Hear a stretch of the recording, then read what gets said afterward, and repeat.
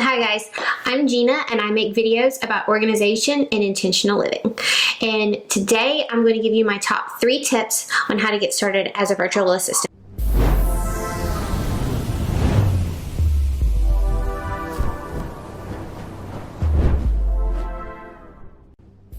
I've been working as a virtual assistant full-time and on the side for the last 2 years, and it's honestly not as hard to get into as a lot of people make it out to be. It's really not. I just find that people overthink it a lot. So I wanted to give you some tips today on how you can do this for yourself and start making an income on the side that can help you pay off debt, or maybe it's just will help pay your bills, get your family ahead, whatever it is.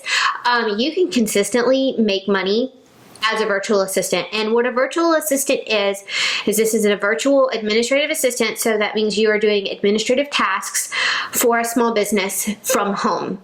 And it's, to me, being a virtual assistant is one of the best side hustles that are out there. So tip number 1, first, just see how your current skills will transfer. Seriously. Independent contractors and freelancing and working from home is actually becoming, in the gig economy, is becoming way more common and way more popular than a lot of people are giving it credit for. So you don't have to have a special set of skills to do this. You probably have already been doing administrative work of some kind, or even have a more advanced skill that will actually transfer, where you can do this on the side from home. So sit down, look at your resume, and just see what skills you have that transfer. I would recommend looking on Upwork or Fiverr or something like that and comparing those job descriptions to the skills that you already have on your resume. Most likely you will find a number of them that you could apply for, like right now. Tip number 2, take the time to learn the tech that you see the most often. So in the first tip, I mentioned checking out Fiverr or Upwork and looking at job descriptions that are there. Well, when you're looking, take a look at the technology that people are asking for most often. Some of the most common ones are things like G Suite, or a lot of times, because these are digital businesses, they will be looking for your familiarity with an email marketing software. So that could be like ActiveCampaign, MailChimp, ConvertKit, Infusionsoft, or they'll mention WordPress, or they'll mention Squarespace, because as a virtual assistant, you'll need to update a blog or something like that. So just take the time to see the tech that you see the most often. Make yourself a list, go out, create yourself a bunch of free accounts, get on YouTube, and start learning how to use it. That way, when somebody asks you, hey, can you use Google Suite? You can say, why, yes I can. Or do you know the basics of how to use WordPress so you can update my blog for me? Sure can, I can do that too. So you want to make sure that you get familiar with that so that you can actually put it on your virtual assistant resume, and it's not a lie. I've seen so many people out there that will lie and say they know how to use some sort of tech. Yeah, don't do that.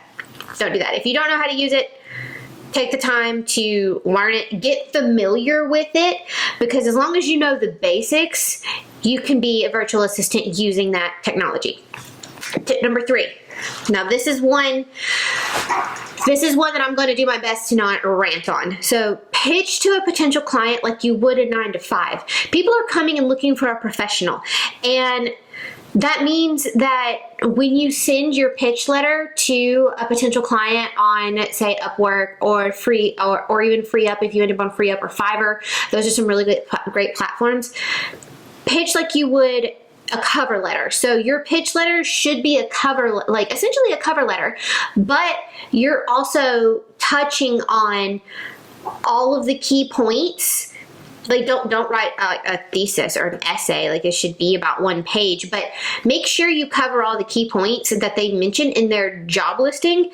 And that way that when they come to talk to you, they already know that you know what you're doing. And this will make you actually stand out from the crowd. If you can get a reference letter, attach that with your pitch, and then even attach another PDF version of your professional resume that lists everything out. Like, go the extra mile a little bit. Don't go like I don't know how to put this in a nice way, so I'm just gonna keep that to myself. Just be professional in your pitch.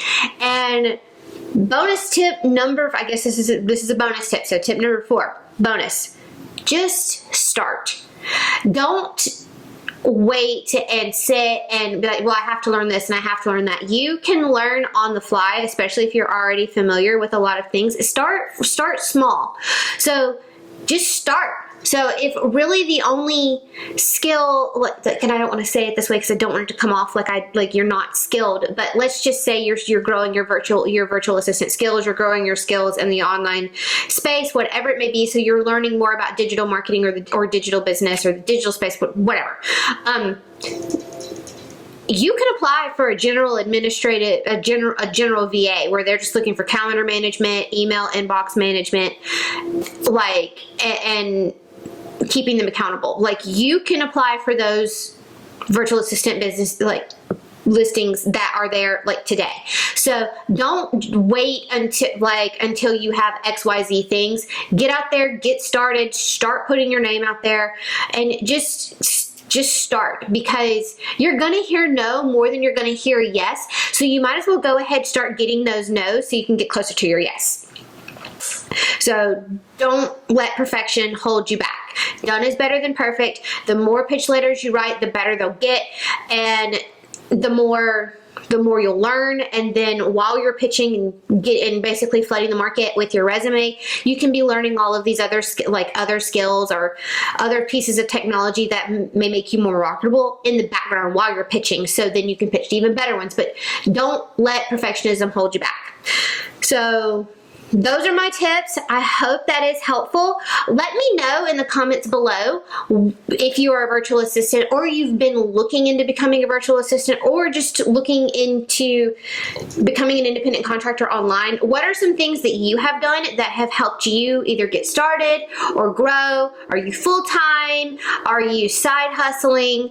Are you wishing you could do that? Let me know in the comments. I would love to hear from you guys. I love to hear what other people are doing.